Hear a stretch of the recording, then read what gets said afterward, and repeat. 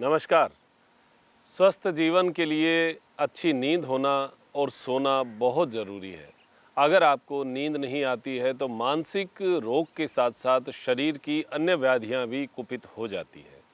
अगर सोने का सही तरीका नहीं पता तो हम ये मान के चलिए कि जीवन में कभी सही सो ही नहीं पाएंगे। एक चीज़ हमने जो देखी है वो ये है कि बचपन यानी छोटा बच्चा, युवा और बुजुर्ग, इन तीनों के सोने के तरीके में और सोने के प्रकार में बड़ा अंतर दिखता है। आपने देखा होगा कि बच्चा जब सोता है तो उल्टा होके सोना पसंद करता है, जिसमें पैरों को मोड़कर और उल्टा सोता है।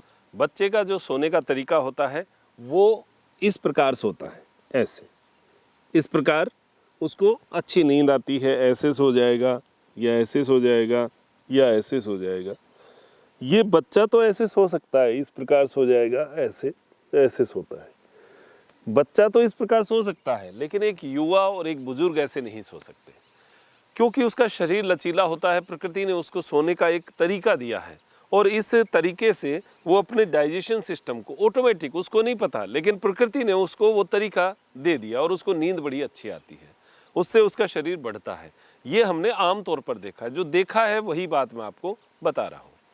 उसके बाद में युवा की बात आती है, तो सही असली तरीका जो सही सोने का है वो युवा के लिए होता है, क्योंकि उसका पित्त प्रकृति का शरीर होता है। डाइजेशन के ऊपर उसको बहुत कंट्रोल करना पड़ता है और डाइजेशन सिस्टम जिस यूथ का बिगड़ गया उसकी जवानी खराब हो जाती है। उसके डाइजेशन सिस्टम को उसको अपना कंट्रोल करना पड़ता है और उसके लिए उसको बहुत सारे तरीके सही, जैसे व्यायाम सही, आसन सही, सोने का तरीका सही, खाने का तरीका सही, सब कुछ उसको तरीके जो है वो सही करने ज़रूरी होते। बात बुजुर्ग की आती है। हमने देखा है गांव के अंदर जो बुजुर्ग हैं उनकी एक जो है एक पलंग होता है, एक खाट होती है। देखिए ये बेड वगैरह ये तो सब आए हैं पिछले 40-50 सालों में। उससे पहले तो खाट हुआ करती थी और खाट जो है वो रस्सी की बनी होती, सूत की बनी होती, मूंज की बनी होती थी। ये खाट जो है बीच में से थोड़ी सी डाउन हो जाती है, यानी ये कमर जो है ये थोड़ी झुक जाती है। आपने देखा होगा बुजुर्गों के एक उम्र के बाद में शरीर मुड़ना शुरू हो जाता है। अगर वो सीधे फ्लैट जगह पे सोएंगे तो उनको नींद में बड़ी तकलीफ शुरू हो जाएगी। तो वो खाट जो है उनके लिए बड़ी कंफर्टेबल रहती है। तो बुजुर्ग को पाँव और शरीर के बीच के हिस्से में डाइजेशन उसका थोड़ा, क्योंकि बहुत मंद गति हो जाती है, तो ब्लड के सर्कुलेशन को पाँव से और सिर से पेट की ओर आए ब्लड, इसके लिए वो खाट जो है वो ज़रूरी होती है। तीनों अवस्थाएं अलग अलग हैं, तीनों की सोने के तरीके अलग अलग हैं। लेकिन अब जो हम बात कर रहे हैं वो बात कर रहे हैं कि आम तौर पर, क्योंकि एक लंबा समय जो है युवा अवस्था का बीतता है, उस समय में 60-65 के बाद में जो है आदमी का शरीर थोड़ा झुकना शुरू होता है, तो उस समय उसको एक कंफर्टेबल स्थिति चाहिए सोने के लिए। तो हमारी जो पौराणिक परंपरागत जो खाटें हैं, खाट जो होती है वो इसमें बहुत अच्छा रोल अदा करती है। अब बात रही कि हमारे बेड की, तो वो जो बेड पर जब हम सीधे सोते हैं या ज़मीन पर सीधे सोते हैं तो सोने का तरीका क्या होना चाहिए। देखिए एक्चुअल में हमारे शरीर में जो ऑर्गन्स हैं उन ऑर्गन्स के डायमेंशन की बात है। मूल बात है कि हमारे ऑर्गन्स और आंतों का डायमेंशन कैसा हो। अगर आप सीधा फ्लैट सोएंगे तो ये जितने भी ऑर्गन अंग हैं ये सारे के सारे पृथ्वी के गुरुत्वाकर्षण के कारण नीचे की ओर दबना शुरू होंगे। तो अगर सेंटर में हार्ट है, फेफड़े हैं, ये सब बने हुए शरीर को ऐसे रखने के लिए बने हुए हैं, यानी इनका डायमेंशन ऐसा है।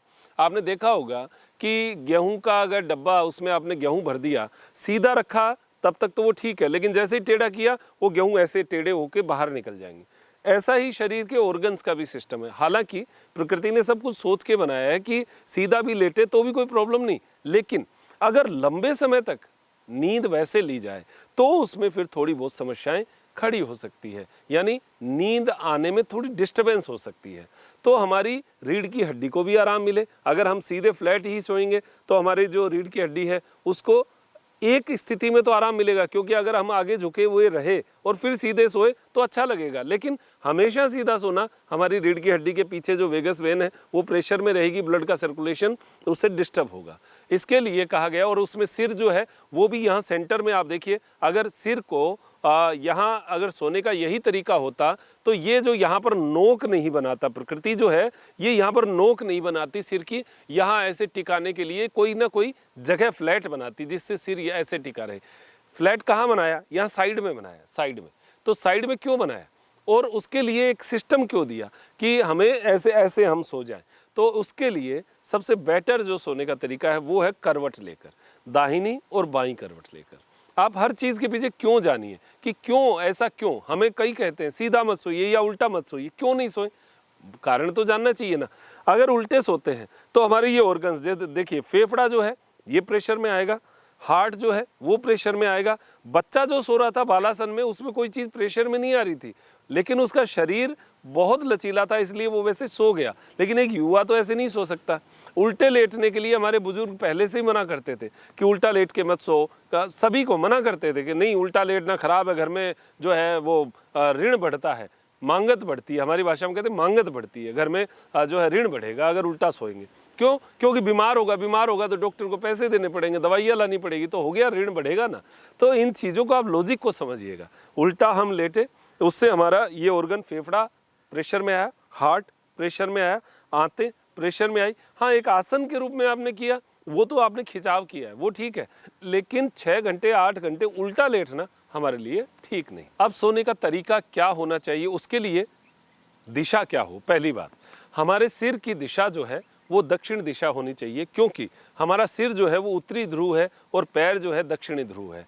अगर पृथ्वी की बात करें तो उत्तरी ध्रुव से जब रेजेज निकलती हैं यानी चुंबकीय तरंगें ऐसे चलती हैं उत्तर से दक्षिण की ओर, जब आप एक चुंबक को दूसरे चुंबक के सामने रखेंगे तो उत्तर उत्तर आपस में टकराएंगे, वो भिड़ेंगे नहीं आपस में। अगर उत्तर दक्षिण कर दिया तो आपस में चिपक जाएंगे। सेम वही बात है, हमारा सिर उत्तर है, अगर हमने उत्तर दिशा की ओर सिर करके सोए तो रात भर जो चुंबकीय तरंगे आ रही हैं, पृथ्वी की जो रेजेज चल रही हैं, उनके हम एकदम सामने टकराहट में आ गए। दो गाड़ियां आपस में भिड़ेगी तो एक्सीडेंट होगा। पूरी रात हमारे सिर से रेजेज निकल रही हैं और उधर से भी रेजेज, तो उत्तर उत्तर जो ध्रुव है वो पूरी रात टकराएंगे, तो हमें अजीब से सपने आएंगे, हमारी अनिद्रा की समस्या रहेगी, नींद पूरी नहीं होगी, सिर भारी सा होगा, मतलब एक सुबह उठेंगे तो एक अजीब सा भारीपन जो है वो हमारे मस्तक में रहेगा, चिड़चिड़ापन, पता ही नहीं चलेगा ये क्यों हो रहा है। तो ये उत्तर दिशा की ओर। अगर हम दक्षिण की ओर सो गए तो फिर वो क्या होगा, उत्तर और दक्षिण ऐसे ऐसे चलेगा। हमारा उत्तर हो गया, उधर दक्षिण हो गया, तो जो रेजेज हैं वो हमारे अंदर से प्रवेश करेगी, उत्तर से पैर हमारे दक्षिण है और उत्तर से रेजेज आ रही है, वो ऐसे घुसेंगी और ऐसे निकल जाएंगी, यानी शरीर के अंदर होकर निकल जाएंगी। इससे हमारे ब्लड सर्कुलेशन, क्योंकि ब्लड में भी आयरन है, उसको भी चुंबकीय तरंगें प्रभावित करती है, तो वो ब्लड का आयरन जो है वो उसके साथ साथ फ्लो करता रहेगा और हमें नींद जो है वो अच्छी आएगी। दूसरी चीज़, दक्षिण दिशा नीचे होती है, उत्तर दिशा ऊपर होती है। अगर हम सोते हैं तो हमारा सिर नीचे रहेगा, मतलब हमें ऐसे महसूस नहीं होगा कि हमारा सिर नीचे है, लेकिन पृथ्वी का जो एक सिस्टम है उसमें तो हमारा नीचे ही है, तो वो नीचे की ओर सिर रहेगा, पैर ऊपर की ओर रहेंगे, तो हमें ब्लड का फ्लो जो है पूरे जीवन भर में, ऐसा नहीं 1 रात 2 रात 5 रात से, पूरे जीवन भर हमारा फ्लो जो है वो कितने भी डिग्री अगर झुका हुआ भी है सिर, तो उतना ब्लड का सर्कुलेशन हमारे सिर की ओर ज़्यादा रहेगा, तो वो भी दक्षिण दिशा में सोने के लिए बेटर है। ये दक्षिण दिशा बेटर है, बाकी पश्चिम को भी अच्छा बताया गया है और पूर्व को भी ठीक बताया गया। अगर बहुत अच्छा माने तो दक्षिण दिशा की ओर सिर करके सोना चाहिए। आप अपने बेड की स्थिति देख लीजिएगा, एक बार सो के देखिए, 2-3 दिन आपको पता चल जाएगा कि हाँ मेरे सोने में फ़र्क आया है। अब अगर बिस्तर की बात करें तो देखिए, बहुत नरम, बहुत सॉफ्ट बिस्तर नहीं होना चाहिए। क्यों? क्योंकि हमारे शरीर को प्रेशर, जब हम सोते हैं तो हमारी बॉडी जो है वो जहाँ टिकती है वहाँ पर प्रेशर भी रहना चाहिए, थोड़ा प्रेशर रहेगा तो उससे हमारे ब्लड के सर्कुलेशन में फ़ायदा होगा। वो ऑर्गन्स जो हैं उन पर प्रेशर आएगा तो वो हमारे शरीर को स्टिमुलेट करेगा। अगर हम गद्दे पे सो गए तो जहाँ जहाँ हमारा शरीर टिका वहाँ गद्दा इतना सॉफ्ट है कि वो बॉडी को उसने अपने अंदर समाहित कर लिया। अब बॉडी जब अंदर चली गई तो उस पर प्रेशर तो रहा नहीं, तो वो क्या होगा, थुल बॉडी होगी, मोटी हो जाएगी, शरीर भारी हो जाएगा, एकदम से भारीपन आना शुरू हो जाएगा। लेकिन मेरे कहते ही आप कोई ऐसा नहीं कि हार्ड सरफेस पे ही सोना शुरू हो जाए, इतना हार्ड भी नहीं होना चाहिए। आप इतना कि वो दबे नहीं, बस एकदम अंगुली रखते ही ऐसे नहीं प्रेशर हो, बस इतना हो कि थोड़ा सा सॉफ्ट हो जाए। फिर उसके बाद में धीरे धीरे आप हार्ड सरफेस पे आ सकते हैं। पहले दिन में ही ऐसा कभी नहीं करना। किसी भी चीज़ को मैं आपको हमेशा कहता हूँ, योग क्रियाएं हो, चाहे जीवन शैली हो, चाहे भोजन की प्रक्रिया हो, चाहे पानी के पीने का तरीका हो, कभी भी एकदम अचानक चेंज करना घातक होता है, शरीर के लिए ठीक नहीं होता है। अब हम सोने के तरीके पर आते हैं, तो आप देखें, ये ऐसे चित्त होकर लेटना, ये एक आसन के लिए ठीक है या एक टाइम पीरियड के लिए ठीक है, इतना तो ठीक है, लेकिन पूरी रात ऐसा सोना जो है वो हमारे ब्लड के सर्कुलेशन को प्रभावित करेगा, हमारी पाचन क्रिया को प्रभावित करेगा। मूल रूप से जब बॉडी ऐसे हो जाती है तो ब्लड का सर्कुलेशन धीरे हो जाता है और पेट की आंतों पर गतिशीलता जो है वो भोजन की कम हो जाती है। इससे हमारी पाचन क्रिया पूरी रात में डिस्टर्ब रहेगी। तो क्या करना है हमें, दाहिनी ओर या बाईं ओर, देखिए उससे क्या होगा, ऑर्गन्स जो है वो साइड में रहेंगे, उनको प्रेशर नहीं रहेगा। ऐसे रहेंगे तो ये सारे के सारे ऑर्गन नीचे की ओर प्रेशर कर रहे हैं, धरती की ओर जा रहे हैं, यानी धरती के गुरुत्वाकर्षण की ओर जा रहे हैं। तो हमारा ये फेफड़ा है और ये सब फैल जाएंगे और कार्य गति जो है, इनकी गतिशीलता कम हो जाएगी। तो एक समय पीरियड के लिए तो ठीक है, आसनों के लिए ठीक है, लेकिन लगातार 8 घंटे सोना ये जो है ये हमारे लिए ठीक नहीं। इस विषय पे चर्चा हो चुकी है कि हमारी रीढ़ की हड्डी के ऊपर भी इसका प्रेशर रहता है। तो एक बार सीधा करना तो ठीक है, लेकिन फिर सोने की जब बात आए तो देखिए पहला तो जो सोने का तरीका है वो मैंने आपको बताया, खाना खाने के तुरंत बाद हमें बाईं करवट लेटना चाहिए। हालांकि मैं उधर बाईं करवट ले लूँगा तो आपको जो है चेहरा नहीं दिखेगा, तो मैं इधर दाहिनी करवट आपको बता रहा हूँ कैसे लेटना है। देखिए हाथ जो है, ये हाथ हमारा वैसे होता है कि जो हमारा कंधे की चौड़ाई है उतना ही चौड़ा हमारा हाथ होता है। तो ये हाथ जो है इसको तकिए का रूप दे सकते हैं और हाथ ये सीधा रहना चाहिए। ये सीधा इसलिए रहना चाहिए, अगर पूरी रात आपने हाथ को ऐसे रखा तो यहाँ पर ब्लड का सर्कुलेशन हाथ पे चलना बंद हो जाएगा और ये सुन्न हो जाएगा। तो ये हाथ सीधा रहेगा ऐसे, चेहरा जो है वो यहाँ पर रहेगा और दोनों घुटने एक दूसरे के ऊपर होंगे।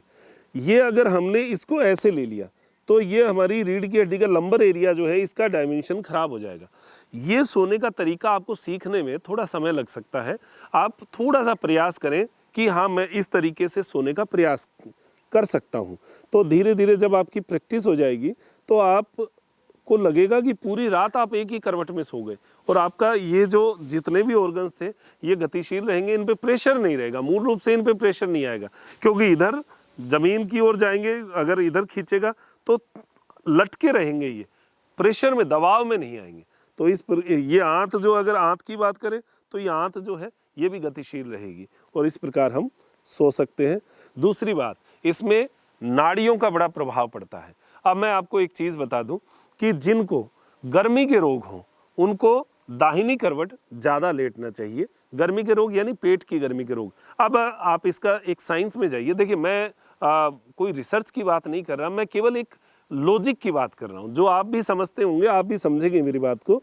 हम ऐसे सोए तो क्या होगा, ये जो बाईं नासिका ये चलेगी हमारी, ये स्वर जो है ये हमारा शुरू हो जाएगा। अब ये स्वर जब शुरू होगा तो ये क्या करेगा, ये शरीर में ठंडक देगा। ये ठंडक देगा तो हमारे शरीर के अंदर की जो गर्मी, पेट की गर्मी या शरीर की गर्मी, क्योंकि रात को हम ऐसे तो सोते नहीं है, श्वास तो धीरे धीरे लेते हैं। ये धीरे धीरे जो श्वास है ये जाके टकराता है हमारे नथुनों पर, वहां जाकर स्पंदन करता है। वो माइंड से नाड़ियों के द्वारा हमें स्पंदन पूरे शरीर में देता है और एक ठंडक का एहसास करवाता है। तो ये हमारी चंद्र नाड़ी है। चंद्र नाड़ी से हमारे शरीर में एक ठंडक आएगी। तो जिनको गर्मी से संबंधित रोग हो उनको अधिक मात्रा में दाहिनी करवट लेकर सोना चाहिए, अधिक मात्रा में। बाकी बाईं करवट तो लेना ही है खाना खाने के तुरंत बाद। तो ये दाहिनी करवट हो गई और इसमें नींद भी बहुत अच्छी आएगी।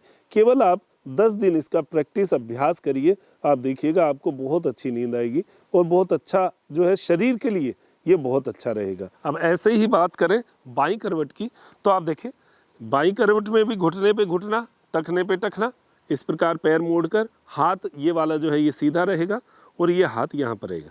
अब इसमें क्या होगा, इसमें स्वर चेंज हो जाता है। जब आप बाईं करवट सोएंगे तो आपका दाहिनी नासिका चलेगी, ये स्वर ऑटोमेटिक चेंज हो जाएगा।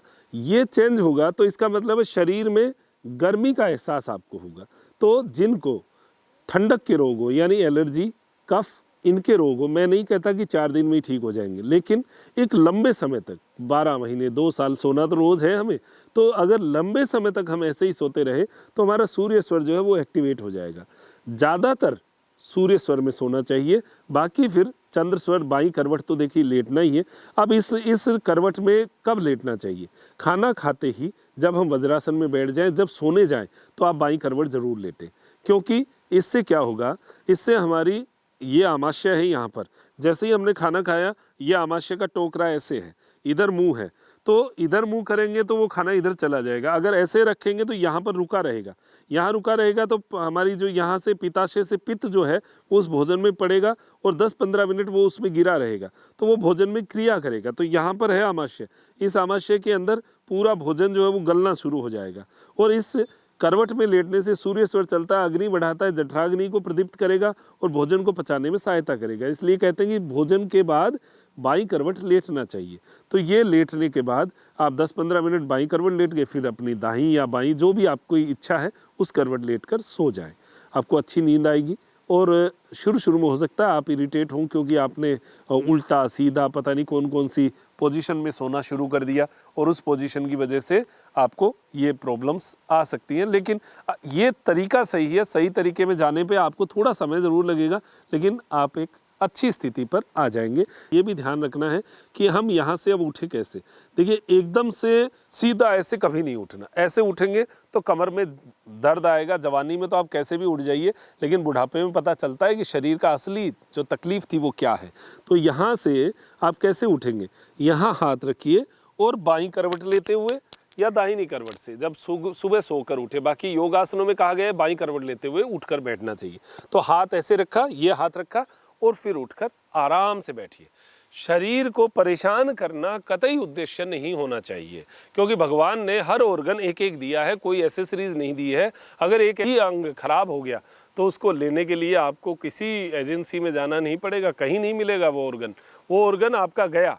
अब वो आप फिर कई लोग कहते हैं हमारा लीवर खराब हो गया, किडनी खराब हो गई, उससे लेना है, इससे लेना है। क्यों लेना है? आप अपने शरीर को अगर ख्याल नहीं रखेंगे तो आप दूसरों से उधार लेते रहेंगे। आप अपने शरीर जो भगवान ने इतना शानदार दिया है आपको, बस खराब हम ही कर रहे हैं। तो आप खान पान, रहन सहन, सोने जागने का तरीका, ऋतुचर्या, जीवनचर्या, इन सब पर ध्यान करें। योगासन ज़रूर 1 घंटा अपने जीवन में अपनाइएगा, बहुत स्वस्थ हो जाएंगे। आपको कहीं जाने की ज़रूरत नहीं, क्या आवश्यकता है, घर में बैठे बैठे करिए ना। अरे और कुछ नहीं तो अनुलोम विलोम, एक श्वास एक से लेना दूसरे से छोड़ना, यही कर सकते हैं। सूक्ष्म क्रियाएं मैंने बहुत बताई हुई, सूक्ष्म क्रियाएं आप करिए। हमारे बड़े बड़े योग गुरुओं ने इतना फैलाया है योग के बारे में, इतना अच्छी बातें बताई हैं, आप क्यों नहीं जीवन में अपनाते? आप सभी से सीखिए ना। इतने अच्छे, मतलब हमारे लिए सौभाग्य की बात है कि हमारा देश जो है योग का देश है और यहाँ पर इतना अच्छा ज्ञान हमें हमारे गुरुओं से मिलता है। उसको जीवन में अपनाकर आप जीवन में ढालिए, और ये जब जीवन में ढाल लेंगे, जीवन एक ही बार मिला, दोबारा कभी नहीं मिलेगा। ये मिला है तो इसको आप जीवन जिए, इसका मज़ा लीजिए। इन सब क्रियाओं को जीवन में अपनाकर स्वस्थ बनिए, मस्त बनिए। अब दीजिए इजाज़त। आपके साथी डॉक्टर मनोज योगाचार्य को, मेरे साथी नरेश जी के साथ त्रिनेत्र टीवी के लिए नमस्कार।